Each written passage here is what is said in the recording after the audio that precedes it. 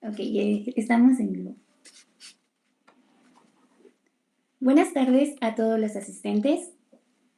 En nombre de la mesa directiva de la Universidad Autónoma Metropolitana, perteneciente a la Sociedad Mexicana de Estudiantes en Cardiología, les damos la bienvenida a este primer webinar titulado Póker de Ases en Cardiología, que con mucho cariño hemos preparado y organizado en conjunto con la Licenciatura en Medicina de la Universidad Autónoma Metropolitana y la Sociedad Mexicana de Estudiantes en Cardiología.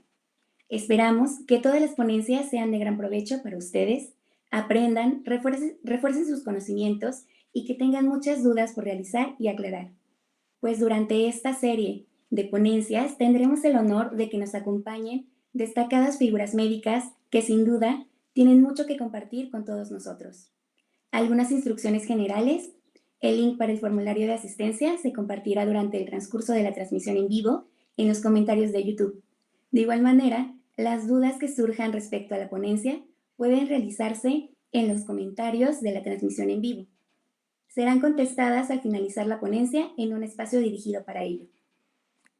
Ahora bien, sin más preámbulo, el día de hoy contamos con la presencia del doctor Diego Araiza Garay Gordovi, quien es médico cardiólogo certificado por el Consejo Mexicano de Cardiología, con alta especialidad en cuidados coronarios y urgencias cardiovasculares. Adscrito al Servicio de Urgencias y Unidad Coronaria en el Instituto Nacional de Cardiología Ignacio Chávez en la Ciudad de México. Realizó una maestría en Ciencias Médicas por la Universidad Nacional Autónoma de México. Cuenta con más de 25 publicaciones en revistas científicas y ha participado como autor en una decena de libros.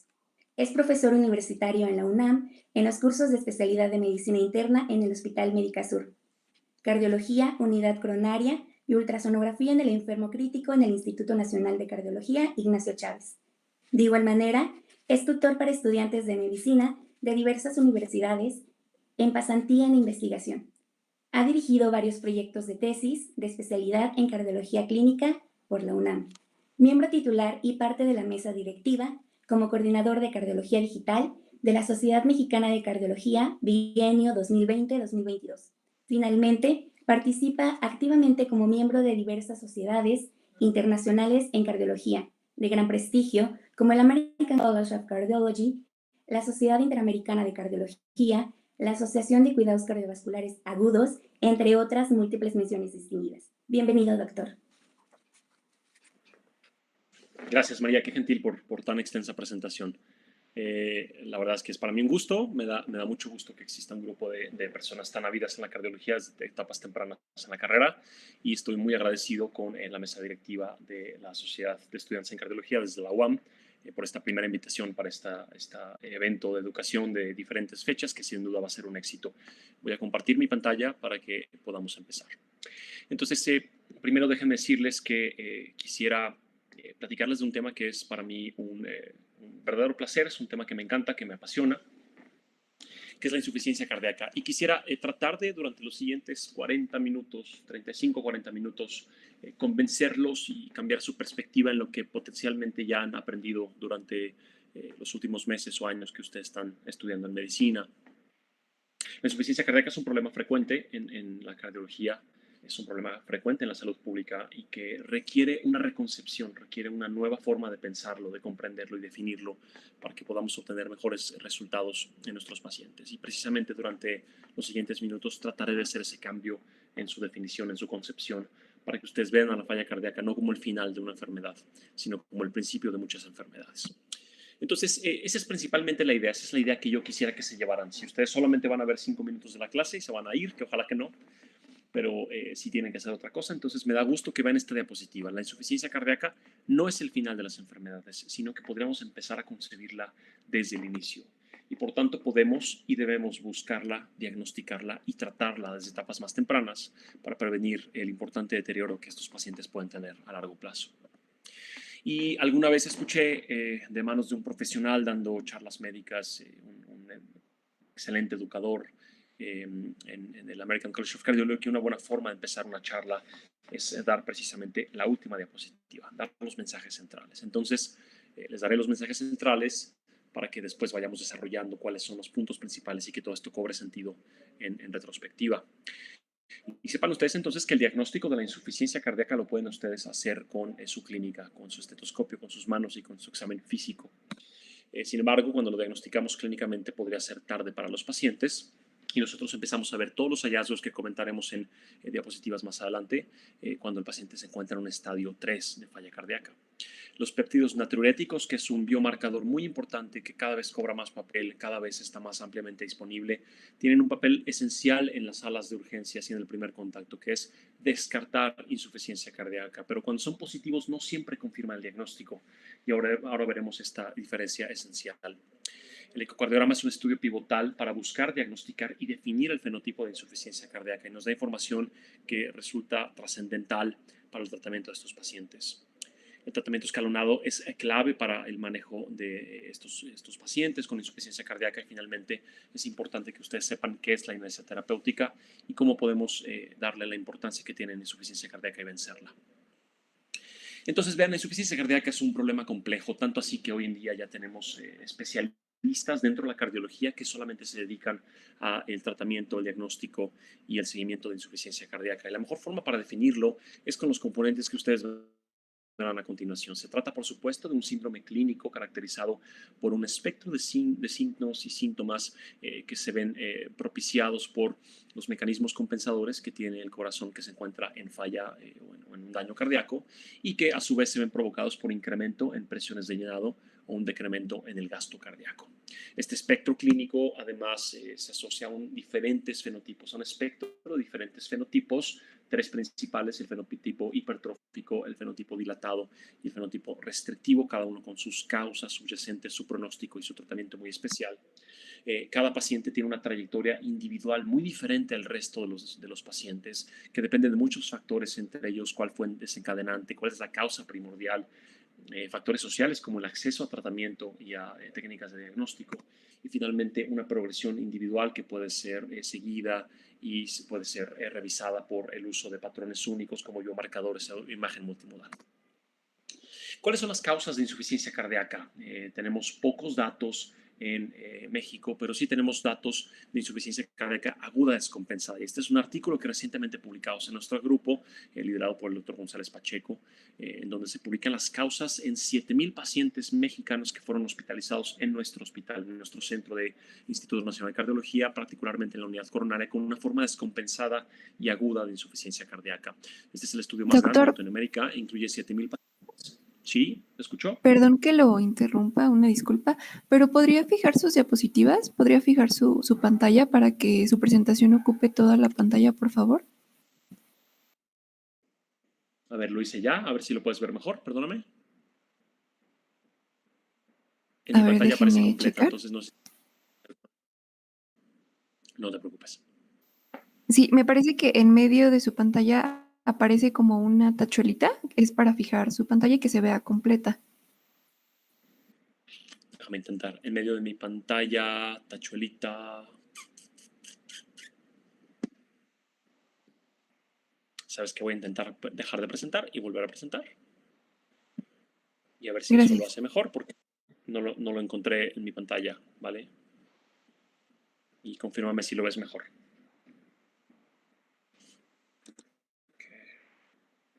¿Qué tal ahora? ¿Lo ves mejor o seguimos en lo mismo? A ver, permítame un segundo. Sí, gracias, te espero, no te preocupes.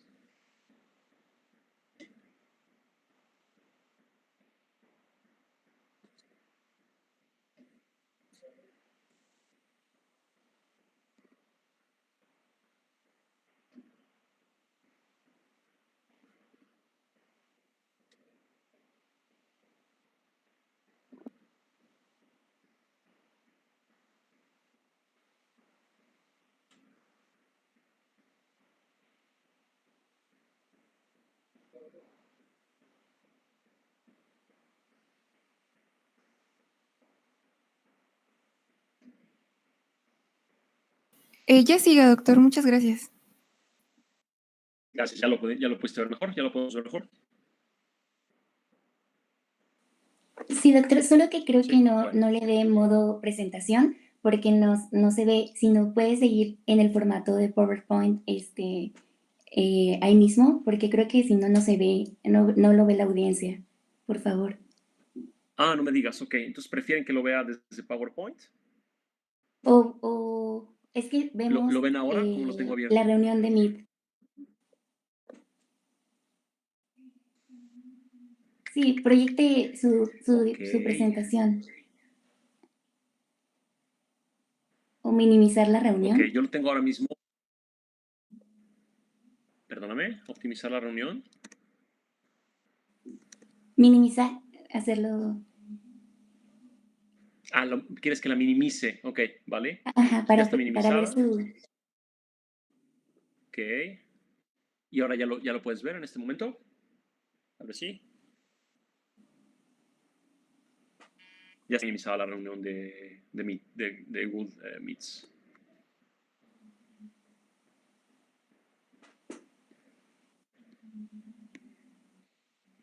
No, es que seguimos viendo la reunión. Ok. ¿Les parece si hacemos algo? Voy a tratar de cambiar de explorador. ¿Les parece? Me voy a pasar a Google Chrome a ver si eso funciona. Me da pena con los asistentes, pero si no va a ser muy incómodo para todos. Vuelvo en 10 segundos, ¿ok? Sí, Bye. gracias. Disculpe. Gracias, doctor.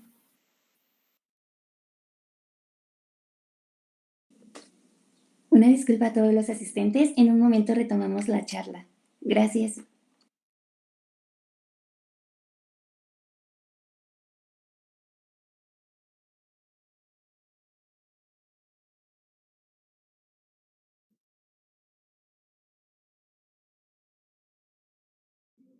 Hola otra vez. Vamos a intentarlo a ver si ya tenemos un poquito más suerte. Ay, sí, por favor, doctor. Disculpe. No, es culpa de los organizadores, ¿eh? Porque me dijeron que se veía perfecto. Espero que ahora ya lo logremos. A ver, dime si ya la puede proyectar directo Ahí está. Genial. ¿Sí? Sí, sí, estupendo. Gracias, doctor. No, hombre, disculpen a ustedes, disculpen a los asistentes y ya. No, espero que podamos verlo mejor. Al contrario, gracias a ustedes. Bueno, entonces les decía que cuáles son las causas. No sé si hayan visto las demás.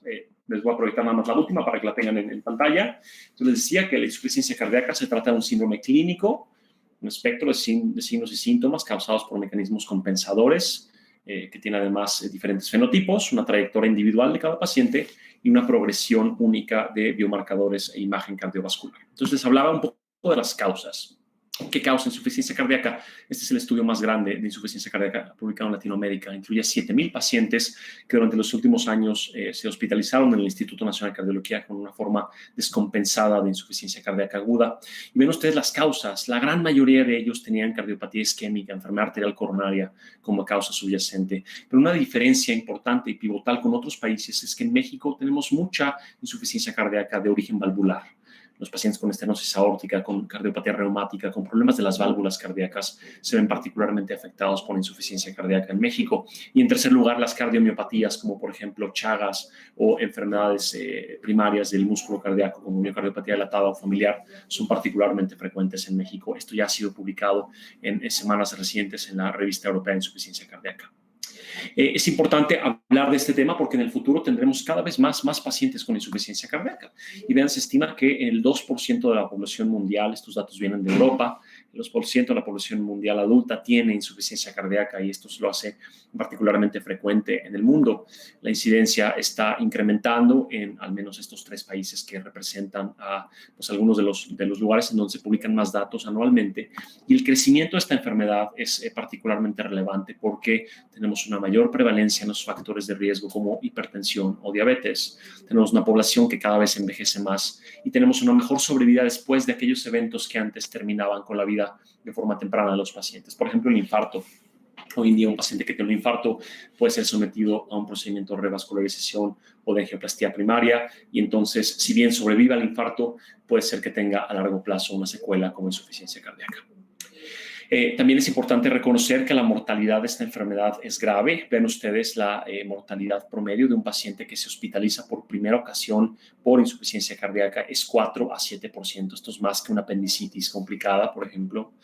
Si nos vamos a 30 días, esto excede el 10%. Y si volteamos a 5 años, la mitad de los pacientes que tienen el diagnóstico de insuficiencia cardíaca van a estar muertos, lo cual lo hace particularmente sensible. Y si nosotros queremos poner en perspectiva qué significa ese 5 50% y en comparación con otras enfermedades particularmente sensibles, siempre me gusta hablar del cáncer. Ven ustedes a la izquierda tenemos esta gráfica que se llama gráfica de Kaplan-Meier, en donde conforme avanza el tiempo tenemos la sobrevida y cada vez disminuye más el porcentaje de sujetos vivos. Y ven ustedes como si llegamos a los 5 años, los pacientes con el fenotipo más agresivo de cáncer de mama tienen una mortalidad de 22% o lo que es lo mismo, una expectativa de vida 78%. Cuando los pacientes con insuficiencia cardíaca tienen una mortalidad de 37%, es prácticamente el doble, y esto nos traduce que la insuficiencia cardíaca podría ser el doble de letal de una causa tan sensible como el cáncer de mama, una causa de muerte tan sensible. Nosotros, como les decía, no tenemos datos exactos de los pacientes con insuficiencia cardíaca crónica que no se han hospitalizado en México, pero sí la podemos estimar haciendo esto que se llama un guesstimate, una proyección, adoptando la prevalencia de factores de riesgo y de los adultos en ciertos rangos etarios. Y ven ustedes, esta proyección asume que existe hasta 2.5 millones de personas hoy en día con insuficiencia cardíaca en algunas de sus formas en nuestro país, y esto claramente excede lo que existe en otros países, porque en nuestro México tenemos más diabéticos, hipertensos y obesos que al menos nuestra contraparte de los Estados Unidos. Si queremos pensar cuánto es 2.5 millones de personas para proyectarlo aún más y tener una estadística un poco más palpable, entonces ustedes imagínense el Estadio Azteca más o menos lleno 25 veces, y si alguien de los que nos acompaña apoya a este equipo de fútbol, seguramente van a estar muy contentos de que tuvieran a 2.5 millones de personas siguiendo pues al Club América, pero evidentemente esto representa una gran carga de enfermedad para nuestro México y nuestro sistema de salud, ¿vale? Entonces, durante las siguientes diapositivas quisiera exponerles este caso de un hombre típico, un caso típico de insuficiencia cardíaca. Es un caso real, por supuesto, anonimizado y adaptado para el propósito actual, pero que nos representa muy bien cómo es el viaje de estos pacientes en su trayectoria en diferentes escenarios para el diagnóstico y tratamiento de esta enfermedad. Entonces, ven ustedes, se trata de José Antonio, es un hombre de 68 años que tiene hipertensión desde hace 12 años y se controla con hidroclorotiazida y amlodipino. Su presión promedio está fuera de rangos, está ligeramente descontrolado. Él es además diabético y tiene únicamente tratamiento con metformina de uso irregular, y su hemoglobina glicada se mantiene en 8.1% y además es exfumador. La razón por la cual lo tienen ustedes en su guardia es que tiene un motivo de consulta de disnea de esfuerzo e incremental en las últimas semanas, que se ha tornado a ser prácticamente en el reposo. Esfuerzos mínimos producen la disnea, y además un acúmulo de líquidos en sitios de declive, particularmente el abdomen, los glúteos y los tobillos. Entonces les hago una pregunta a todos los asistentes para que la contesten para ustedes mismos y reflexionen cuál sería su respuesta. ¿Cuál es el hallazgo después de un examen físico que es el más sugestivo de insuficiencia cardíaca en este paciente? La presencia de taquicardia, la presencia de estertores subcrepitantes vivasales, de edema pretibial, de un tercer ruido o galope por S3 o la presencia de un soplo sistólico. Ojalá que lo puedan reflexionar y que para ustedes contesten qué hubieran respondido en esta pregunta de examen. Entonces, vean, nosotros tradicionalmente aprendemos en las facultades de medicina, y estoy muy seguro que muchos de ustedes así lo han hecho, que la insuficiencia cardíaca se sigue diagnosticado con estos criterios que se llaman criterios de Framingham, que sepan ustedes se publican ya hace prácticamente 50 años, y es una labor muy loable de parte del grupo de investigadores de Framingham, porque en ese entonces ya se había descrito la insuficiencia cardíaca, y lo que ellos hacen es proponer una serie de criterios que la hacen posible, probable o improbable. Los organizan con su propia experiencia, y eso nos permite tener un marco de referencia para el diagnóstico fácil y pragmático de insuficiencia cardíaca. Y los criterios son los que ustedes tienen en pantalla, que no me voy a tener a mencionar de uno por uno, pero que todos ustedes saben incluyen algunos muy frecuentes, como por ejemplo ortopnea o edema pulmonar, pérdida de peso con el uso de diuréticos. Y el marco de referencia incluye que la presencia de 2 criterios mayores o un mayor con 2 menores hace el diagnóstico clínico de insuficiencia cardíaca. Sin embargo, vean ustedes, a 50 años de la publicación original de los autores, estos criterios podrían ser criticables en su puesta en práctica, sobre todo con el advenimiento de muchas técnicas de imagen al pie de cama y de uso de biomarcadores. Y el ejercicio para probar la poca sensibilidad y la ineficiencia de estos criterios al día de hoy es el que pongo en pantalla. Ven ustedes, piensen en un paciente que tiene disnea cuando se acuesta y que además tiene crepitantes. ¿No podría este paciente tener una neumopatía, una enfermedad pulmonar intersticial difusa o un EPOC, por ejemplo? En la presencia de dos criterios mayores de Framingham, como edema agudo de pulmón y crepitantes, no podría tratarse en presencia de fiebre de una neumonía multifocal.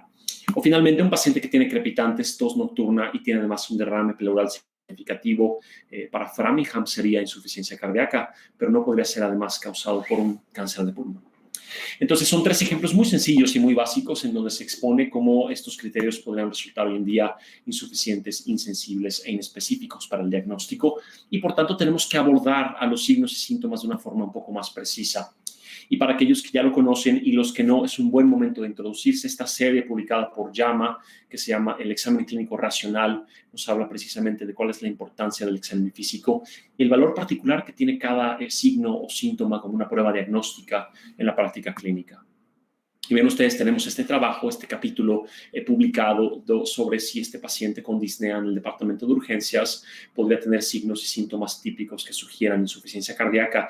Y este trabajo compila los resultados de 22 estudios que han tratado de abordar precisamente el tema de cuál es el valor de precisión diagnóstica y de índices de verosimilitud positivo y negativo para diagnosticar falla cardíaca con ciertos signos y síntomas. Y voy a tratar de resumirlo todo, los hallazgos más importantes. Vean ustedes en la historia clínica del paciente, el diagnóstico previo de falla cardíaca hace una modificación del índice de verosimilitud positivo, que esto traduce qué tan más frecuente es que el paciente pueda tener falla cardíaca como diagnóstico final en comparación con el paciente que no tiene este hallazgo. Y aquellos pacientes que ya tenían insuficiencia cardíaca, tienen disnea, evidentemente es muy probable que tengan falla cardíaca. Igualmente, los pacientes que tuvieron un infarto como principal causa de insuficiencia cardíaca crónica, cuando tienen disnea, entonces es posible que tengan insuficiencia cardíaca. En cuanto a síntomas, la presencia de disnea paroxística nocturna, el paciente que se despierta por la noche y se levanta a buscar aire en la ventana o que se tiene que levantar de la cama, eso es bastante sugestivo también.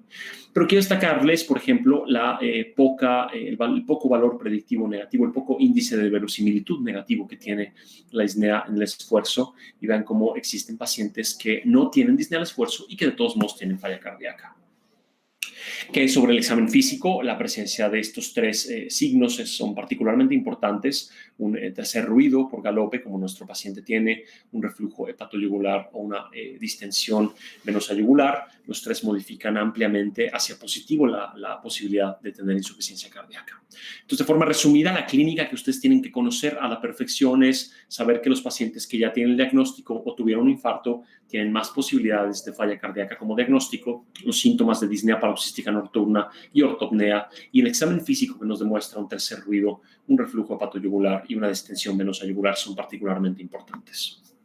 Todo esto se trata de compilar en este trabajo que publicamos hace ya algunos años con el doctor Guadalajara, que ustedes conocen, uno de los cardiólogos más eminentes y que tiene este gran libro que es Cardiología del doctor Guadalajara, en donde tratamos de poner en perspectiva el valor de índice de verosimilitud positivo y negativo de diferentes signos en cardiología, incluyendo insuficiencia cardíaca.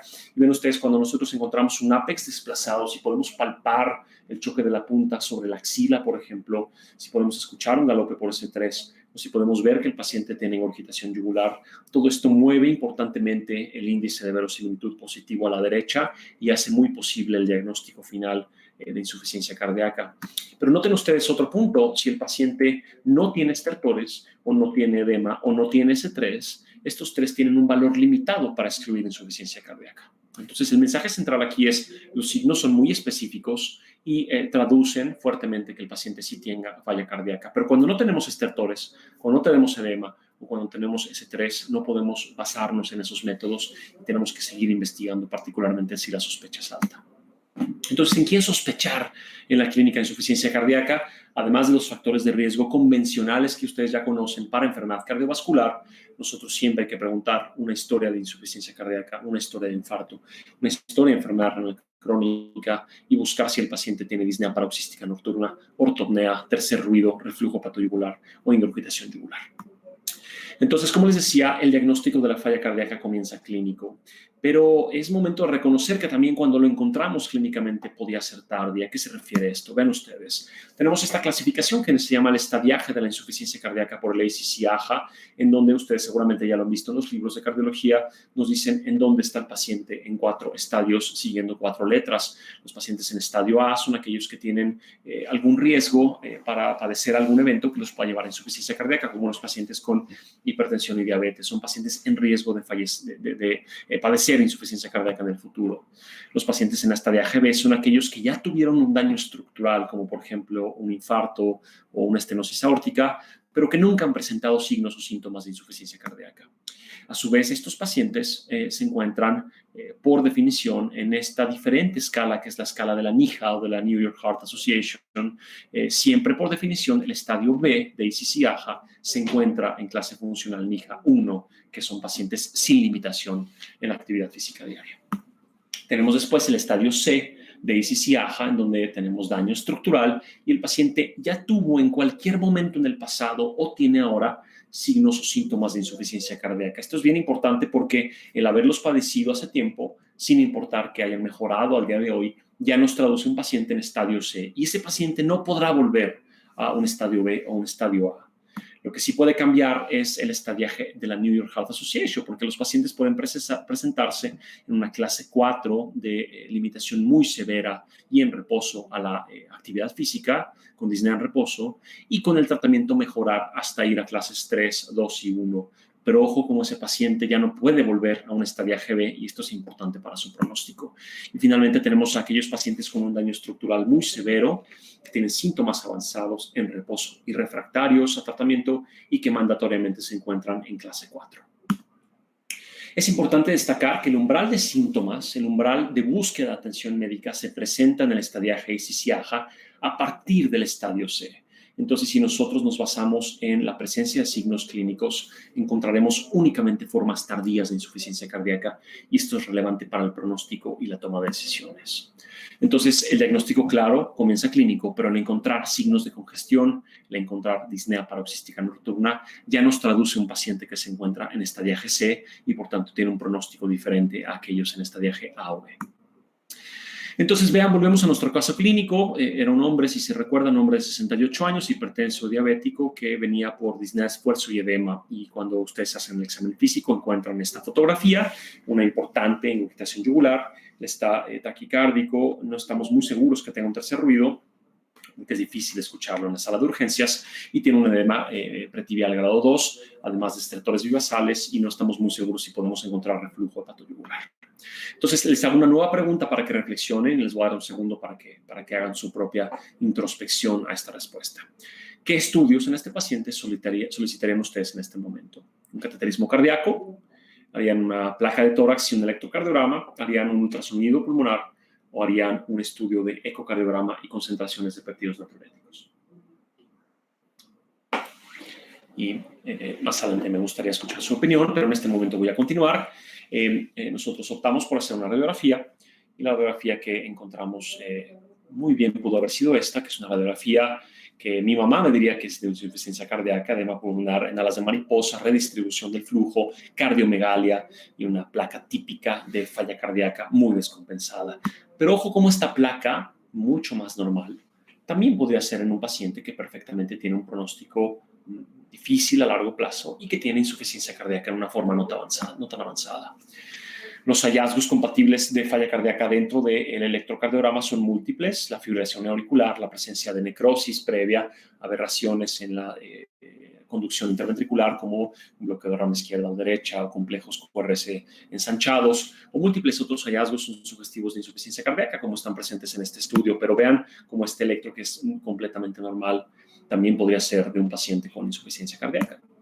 Entonces, lo que les quiero expresar es que la radiografía y el electro en formas avanzadas tienen anomalías bastante evidentes como la redistribución vascular, el edema pulmonar o el edema intersticial en la radiografía de tórax, o la presencia de fibrilación auricular o anomalías en la onda T o necrosis en el electrocardiograma. Pero nuevamente todo esto tiene un excelente valor predictivo positivo y un índice de verosimilitud positivos, pero un mal índice negativo de verosimilitud, no descartan insuficiencia cardíaca. Y la ausencia de congestión pulmonar o anomalías en el electro no descartan la falla cardíaca y es indispensable, sobre todo en formas tempranas, el utilizar otros métodos diagnósticos.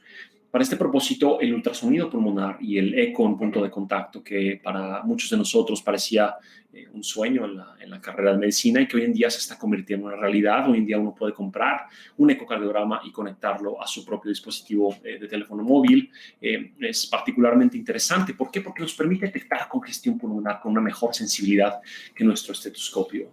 Un paciente podría estar congestivo, podría no tener estertores y podría sí tener hallazgos de congestión cuando lo busquemos intencionalmente con el ultrasonido. Y vean ustedes una breve introducción a esto. A la izquierda tenemos un ultrasonido pulmonar normal, en donde los hallazgos que uno encuentra solamente de forma ilustrativa son la presencia de artefactos que nos hablan de un pulmón en donde el ultrasonido no penetra, no tiene una sombra acústica evidente, pero sí tiene artefactos que suceden con la interacción con la pleura visceral y parietal. Y estos artefactos son lo que llamamos la línea pleural, el sliding pleural, que son las dos pleuras tocándose y moviéndose con la respiración y que ustedes pueden ver claramente en el ultrasonido a la izquierda. Y tenemos después la refracción y el eco de estas líneas pleurales, que es equidistante entre el ultrasonido y la línea pleural y que les llamamos las líneas A. Todo esto, y con un poquito de imaginación, la proyección de las sombras de las alas de un murciélago nos identifican un pulmón completamente normal a la izquierda. Pero vean a la derecha cómo está presente esto que se llaman artefactos tipo B o artefactos en cola de cometa y que nos traducen congestión pulmonar, y que nos hablan de un paciente que tiene incremento en las presiones de llenado y datos de edema pulmonar. Esto es muy importante para la práctica clínica. Hoy en día sabemos que los pacientes que egresan de hospitalización y tienen congestión pulmonar tienen un peor pronóstico a largo plazo y por tanto las guías hacen recomendaciones de que incorporemos el ultrasonido torácico para la detección temprana de pacientes, sobre todo cuando están descompensados en la sala de urgencias. Entonces, si uno voltea a ver las guías, ¿cuáles serán los estudios importantes para hacer? La mayoría de los que ustedes ven serán importantes en algún momento del paciente individual con insuficiencia cardíaca, pero la respuesta ideal para la pregunta que ustedes les hacía, cuáles serían los dos que tienen más papel al momento de evaluar al paciente con insuficiencia cardíaca, son los péptidos natriuréticos y el ecocardiograma transtorácico. Y este es un recorte de las últimas guías que ya tienen 6 años, ya tienen 5 años, fueron publicadas en 2016 por la Sociedad Europea de Cardiología. Por tanto, ya tienen algunas áreas de mejoría. Seguramente veremos nuevas guías muy pronto. Y ven ustedes, me voy a recortar a lo que hemos hecho. Nosotros hemos evaluado la probabilidad preprueba de insuficiencia cardíaca, evaluando la historia clínica, el examen físico y el electrocardiograma. Y lo que nos dice la guía de práctica clínica es que después trascendamos y tratemos de hacer la medición de péptidos natriuréticos y además, si estos resultan positivos, un ecocardiograma, o si no están disponibles, hagamos directamente un ecocardiograma. ¿Para qué nos sirven estos péptidos natriuréticos? Bueno, si ustedes recuerdan, esto es una vía fisiológica normal. Los péptidos natriuréticos circulan normalmente en todos nosotros, ustedes, un servidor y las personas saludables.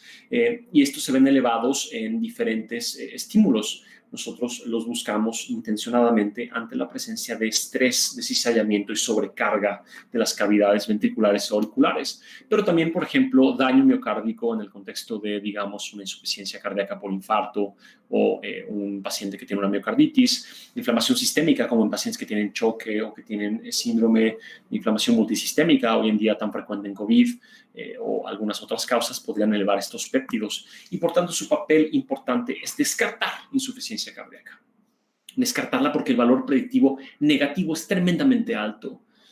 Casi no hay pacientes que tengan insuficiencia cardíaca y que tengan péptidos negativos. Eso es muy infrecuente. Para ser precisos, el 3% de los pacientes con insuficiencia cardíaca crónica tienen péptidos negativos y el 2% de los pacientes con insuficiencia cardíaca descompensada tienen péptidos negativos. Esto es tremendamente infrecuente y, por tanto, medirlos y encontrar los negativos nos tiene que hacer sospechar otra causa de disnea o de la presentación clínica del paciente. Y, sin embargo, existen múltiples causas que sí pueden elevar estos péptidos más allá de insuficiencia cardíaca. Y hay que considerar que un paciente en el contexto agudo podrá tener un infarto, una embolia pulmonar, insuficiencia renal aguda, sepsis o hipertensión pulmonar, y un paciente en el contexto crónico podría tener edad avanzada o fibrilación auricular o enfermedad renal, y todo esto elevar los péptidos natriuréticos. Y por tanto, llegamos al mensaje central de que los suspectivos negativos descartan con mucha confianza el diagnóstico de insuficiencia cardíaca, pero al ser positivos no lo confirman. Hay que tener otros datos como un tercer ruido, un eco o una historia compatible para poder confirmar el diagnóstico.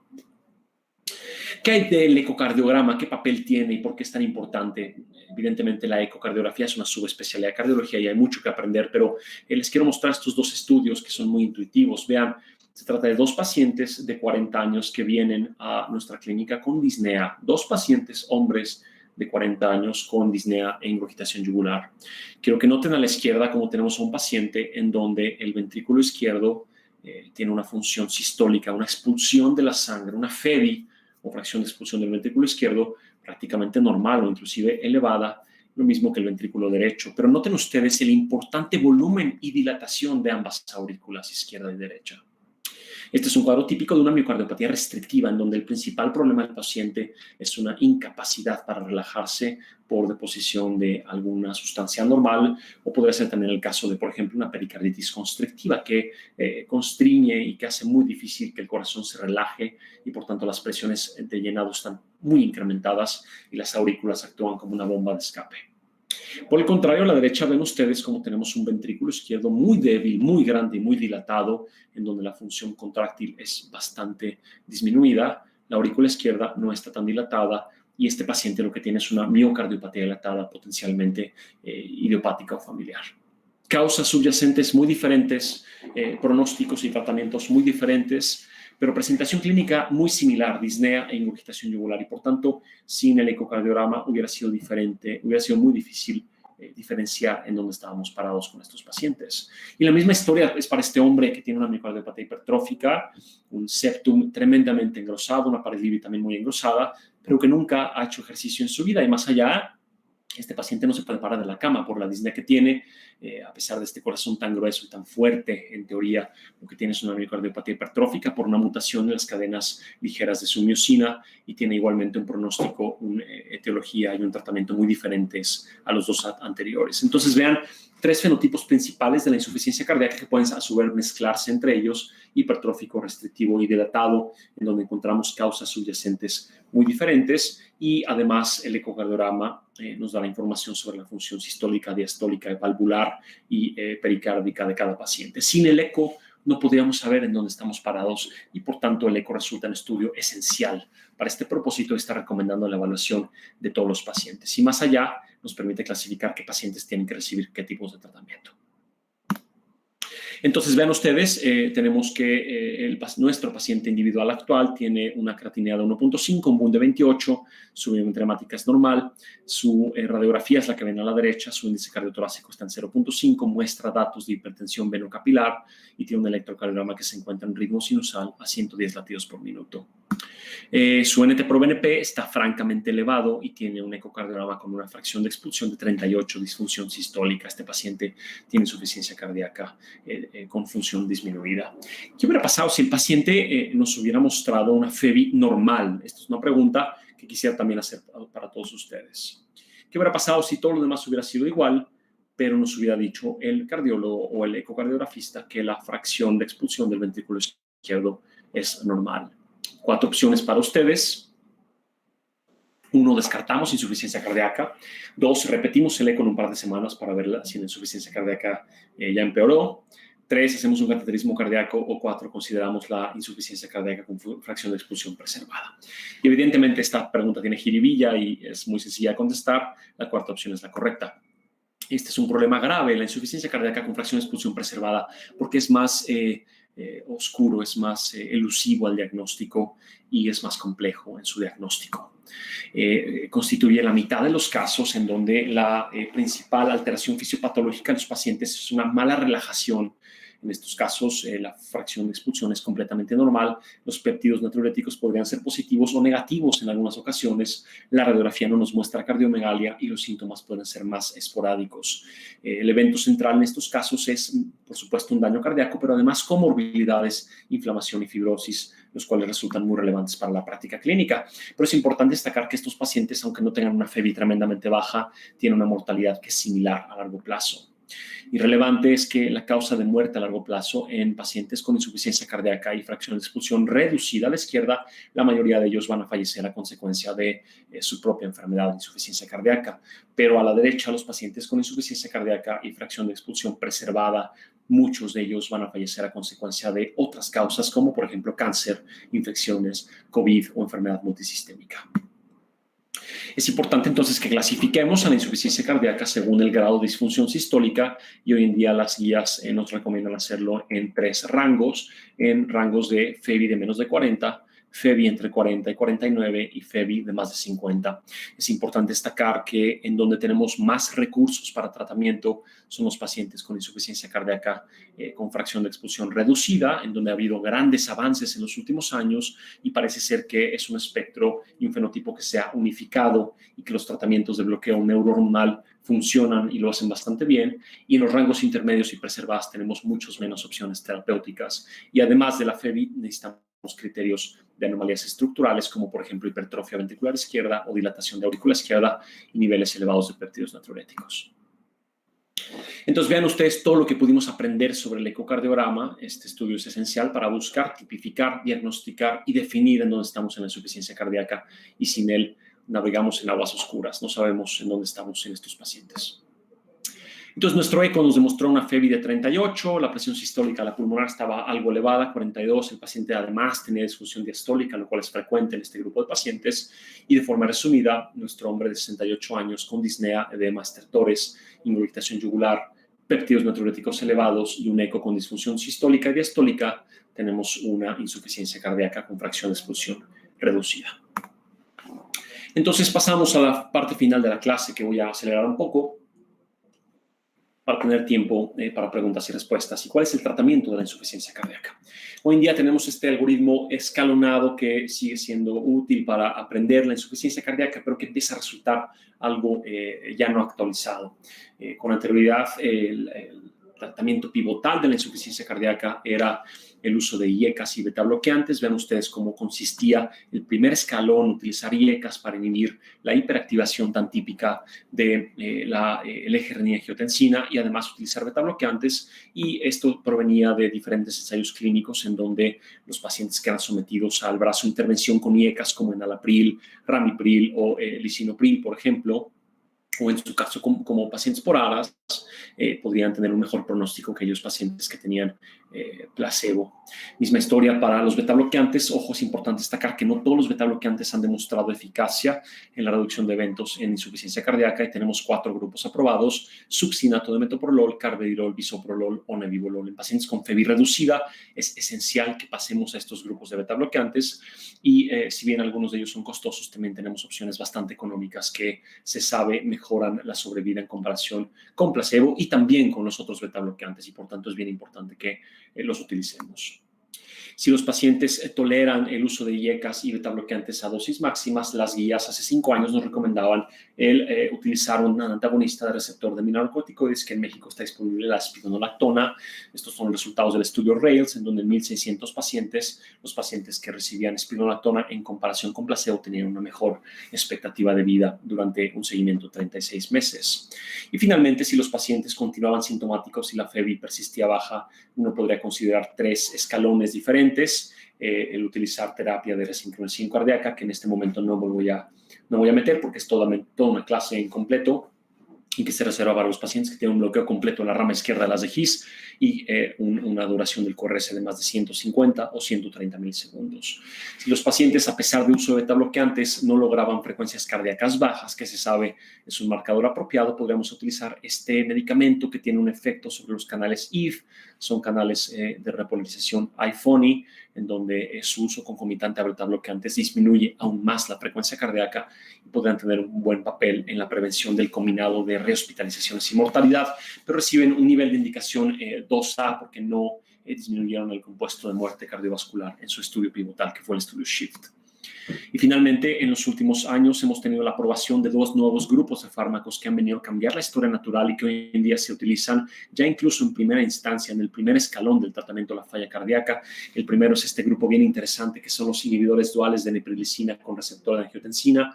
el único disponible en el mercado es sacubitril/valsartán, que en el estudio pivotal de este fármaco, el estudio Paradigm, demostró que los pacientes que recibían sacubitril/valsartán en lugar de IECAS, como en enalapril, tenían un mejor pronóstico y por tanto esto ha venido en otros estudios trascendiendo a ser el tratamiento de elección en primera instancia en lugar de IECAS en la mayoría de los pacientes con insuficiencia cardíaca.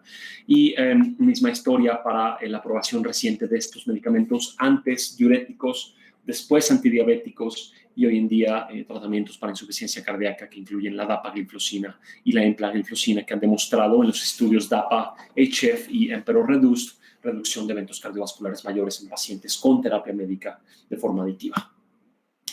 Importante es destacarles a ustedes que estos tratamientos se combinan y vean ustedes cómo tenemos un efecto bueno de IECAS, bueno de ARAS, bueno de beta-bloqueantes, muy bueno de ARNIs, muy bueno de ISGLT2, pero si combinamos varios de estos grupos tenemos mejores efectos aditivos. Y ven ustedes, si nosotros utilizamos una triple terapia, si nosotros damos a un paciente un ARNI, un beta-bloqueante y un antagonista del receptor de mineralocorticoides, la reducción en la mortalidad es 63% a largo plazo. Esto es muy relevante porque una reducción de 63% es cambiar la historia natural en mortalidad y esto evidentemente no incluye las importantes mejorías que existirían en la calidad de vida, en la distancia de caminata, en el tiempo que el paciente permanece fuera del hospital. Entonces, buscar ese tratamiento escalonado es clave, hay que tratar de agotar todos los recursos y hay que dirigir a los pacientes a las instancias apropiadas, a clínicas de insuficiencia cardíaca, con cardiólogos, porque hoy en día tenemos, damas y caballeros, recursos que pueden cambiar la vida de nuestros pacientes, pueden mejorar su calidad de vida, pueden ahorrar años vida si los utilizamos apropiadamente y es justo y nuestros pacientes así lo merecen. Ya en la recta final y en los últimos 5 minutos de la clase, decirles que tristemente muchas veces cuando conocemos a pacientes con insuficiencia cardíaca en México es porque se hospitalizan. Se hospitalizan con disnea, se hospitalizan con edema, se hospitalizan como el caso que acabo de presentarles. Y estos son marcadores inminentes de gravedad. Nos hablan de que este paciente está mal.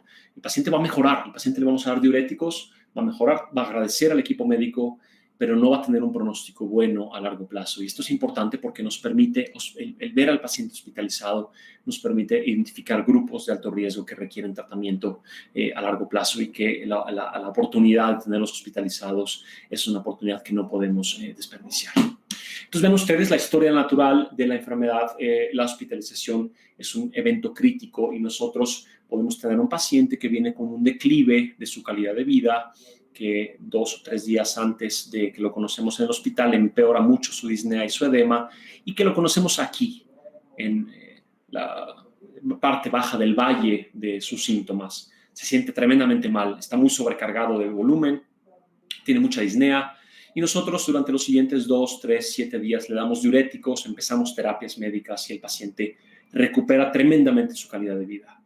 Pero no vuelve a ser la misma. El paciente no vuelve a su basal. No vuelve ni siquiera a la calidad de vida que tenía unos pocos días antes de la que tenía previo a la hospitalización. Y estos eventos de hospitalización, conforme más frecuentes sean, se asocian a microdaño cardíaco, a elevación de troponinas y a un peor pronóstico a largo plazo. La calidad de vida se deteriora, el riesgo se incrementa y sabemos perfectamente bien que las hospitalizaciones aditivas representan un factor de riesgo inminente para que el paciente se hospitalice en un evento final. Entonces hay que identificar a ese paciente que visita urgencias, que viene por diuréticos o que requiere estar hospitalizados porque es un paciente grave y tenemos que hacer mucho por él. Queremos encontrar a nuestros pacientes no aquí, queremos diagnosticarlos antes de que hayan superado la barrera de síntomas en los estadios A y B de formas tempranas, identificar a los que tienen riesgo para desarrollar insuficiencia cardíaca. Y déjenme hablarles un poco de lo que se llama inercia terapéutica, que es algo bien importante. Esto es un registro que es espectacular lo que nos reporta el registro CHAMP-HF. Son pacientes que se incluyeron en clínicas de insuficiencia cardíaca en los Estados Unidos, manejados por equipos multidisciplinarios, cardiólogos incluidos, y en donde se registró cuántos pacientes tenían tratamientos con indicación, tenían tratamientos sin indicación, tenían contraindicaciones a tratamientos, o lo más importante, no recibían un tratamiento porque no se había ocurrido al médico o porque el paciente no quería. Y vean ustedes, les presenté Las gráficas de Kaplan-Meier para IECAS, ARAS, betabloqueantes, ivabradina, sacubitril/valsartán y dapagliflozina, y ustedes vieron claramente cómo todos ellos cambian la mortalidad en insuficiencia cardíaca. Pero noten ustedes estas gráficas y quiero hacerles centrar su atención. En verde tenemos a los pacientes con indicación que recibían tratamiento. En amarillo, pequeñito, tenemos a los pacientes con indicación y con una contraindicación, lamentablemente, como por ejemplo insuficiencia renal o hipercalemia para el uso de IECAS, o presión arterial muy baja para sacubitril/valsartán. Pero lo más importante de todo es el grupo en rosa. Los pacientes en rosa son los pacientes que tienen una indicación franca, que no tienen contraindicaciones francas para utilizar alguno de los grupos de medicamentos aquí mencionados, pero que no reciben el medicamento por inercia terapéutica. Y noten ustedes lo frecuente que es esto en clínicas de insuficiencia cardíaca en los Estados Unidos. Evidentemente no tenemos datos del sector salud o del IMSS en nuestro país, pero estos datos podrían ser aún peores. Y vean ustedes, IECAS o ARAS, el 40% de los pacientes no lo reciben con insuficiencia cardíaca en ausencia de contraindicaciones. No se diga para sacubitril/valsartán, en donde les dije tenía un efecto aditivo a IECAS o ARAS. Vean ustedes el efecto de espironolactona, potencialmente el medicamento más barato de todo el arsenal que tenemos. El 65% de los pacientes no lo reciben. Entonces, algo pasa que nos hace como médicos no dar estos fármacos a pesar de que existe evidencia contundente de que mejoran el pronóstico. Y la respuesta y la teoría alrededor de esto es la inercia terapéutica, un fenómeno muy frecuente en medicina. La inercia terapéutica es no dar un medicamento, no ofrecer un tratamiento cuando el paciente tiene una indicación en ausencia de contraindicación. Y se estima que hoy en día hay 3 grandes causas de este problema. Las causas derivadas del paciente, un paciente que mejora con los diuréticos, que se siente bien y que ya no puede o ya no quiere comprar sus medicamentos. Las causas del clínico, que le falta el conocimiento, no conoce estos datos, no conoce las pautas de tratamiento de insuficiencia cardíaca o no tiene tiempo para hacerlo o simplemente ve que el paciente se siente mejor y no quiere meterse en problemas de cambiar la prescripción. Y tenemos también la culpa del sistema de salud, que es la infracobertura de estos medicamentos, la no existencia en farmacias y la localización muy remota y muy poco frecuente de clínicas de insuficiencia cardíaca. Todo esto es muy importante, es muy frecuente y representa un problema grave para los pacientes con falla cardíaca. Y ya finalmente, mis últimas 2 diapositivas, vean qué pasa si nosotros damos un tratamiento, lo tenemos que dar de forma indefinida. Este estudio muy aventurado, pero muy interesante, trató de probar esa hipótesis. Incluyó a 50 pacientes en donde se mantuvieron con la terapia, no tuvieron eventos durante los 6 meses de seguimiento. Entonces, esas terapias son a largo plazo y tenemos que asegurar que los pacientes lo comprendan, lo reciban y permanezcan en un grupo que les permita asegurar su compliance a tratamiento. Entonces, como cierre del caso y como mensajes centrales, les dije que el diagnóstico de insuficiencia cardíaca comienza clínico, pero cuando lo diagnosticamos con la clínica podría ser tarde. Les dije que los péptidos natriuréticos, cuando son negativos, tienen un excelente papel para descartar la insuficiencia cardíaca como origen de la disnea. Pero cuando son positivos, podría ser falla cardíaca, por supuesto, si el contexto clínico lo apoya, pero también podrían ser otras cosas y no hay que tener peptiditis y diagnosticar muchas fallas cardíacas cuando no sea apropiado.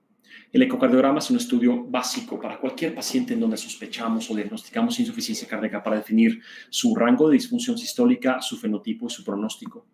El tratamiento escalonado, siguiendo esta línea de tratamientos, buscando utilizar IECAS, ARAS, ARNIs, betabloqueantes, espironolactona y inhibidores de cotransportador sodio-glucosa tipo 2, es esencial para estos pacientes porque cambia la expectativa de vida. Reducción de 63% en mortalidad, de las cosas más eficaces que hay en medicina. Y finalmente hay que vencer este concepto tan grave que es la inercia terapéutica. Entonces, damas y caballeros, y en tiempo espero el mensaje final después de todos estos puntos y que les dije al inicio de la sesión para quien nos pueda acompañar durante toda ella, es que la insuficiencia cardíaca no es el final de las enfermedades, sino que está presente al inicio. Hay que, por tanto, buscarla, diagnosticarla, sospecharla y sobre todo tratarla desde etapas tempranas para tener un mejor pronóstico, porque nuestros pacientes así lo ven. Yo les dejo con muchísimo gusto mis datos de contacto, mi Instagram, mi Facebook, mi Twitter, para que por ahí si tienen alguna duda, comentario en corto lo hagan. Y si alguien quiere hacer una pregunta en este momento, estoy más que feliz de escucharlas. Y por supuesto, si alguno de ustedes tiene interés, que creo que van a ser muchos, en saber un poco más de insuficiencia cardíaca o de repente venirse a ver pacientes con falla cardíaca, una rotación o animarse incluso a hacer una estancia en investigación, un año de investigación durante su carrera, contáctenme y sean bienvenidos. Les agradezco muchísimo por la invitación y dejo de compartir y vuelve la palabra a los organizadores. Muchas gracias. Muchas gracias, doctor, por tan excelente ponencia. Ahora daremos espacio para responder algunas de las preguntas realizadas por los asistentes. Antes, recordarles a todos los asistentes que es necesario el 75% de asistencia más la evaluación final aprobada con mínimo el 80% para ser acreedores a la constancia de asistencia. Bueno, una de las preguntas que realizaron en el chat es la Ángela Alvarado. En caso de una insuficiencia cardíaca con FEBI disminuida con presencia de un bloqueo de rama, ¿existen indicaciones específicas para terapia de resincronización? Muy buena pregunta. Sí, los estudios donde se ha demostrado más beneficios en los pacientes que tienen un QRS muy ancho, más de 150 milisegundos, y una morfología que sea compatible con un bloqueo completo de rama izquierda. Se sabe que en esos pacientes existe un grave problema de disincronía interventricular. Se hace anómalo la forma en la cual ventrículo derecho, ventrículo izquierdo, aurícula izquierda y ventrículo izquierdo interactúan, y eso disfunciona al corazón. Y entonces incluso se ha hipotetizado que estos pacientes, cuando reciben una terapia de resincronización, mejoran tanto su FEBI que se podrían hasta curar de insuficiencia cardíaca. Hay pacientes que no han tenido un infarto, que no tienen otras causas, que no tienen enfermedad coronaria, que no tienen Chagas, que su único problema es un bloqueo completo de rama izquierda que los lleva a falla cardíaca. Y con ellos la terapia de resincronización es muy eficaz. La eficacia se va perdiendo conforme el QRS se haga menor. Hay estudios de 130, inclusive hay personas que han puesto con 125 milisegundos de la duración. Y también es mucho menor si el paciente no está en ritmo sinusal y tiene, por ejemplo, fibrilación auricular, y el paciente no tiene un bloqueo completo de rama izquierda, sino alguna aberrancia en la conducción o bloqueo completo de rama derecha. Todo esto disminuye el peso de la evidencia. Candidato ideal, 150 o más, con morfología de rama izquierda. Ese paciente sí o sí se tiene que pensar en resincronizar. Muy buena pregunta. Ok, muchas gracias.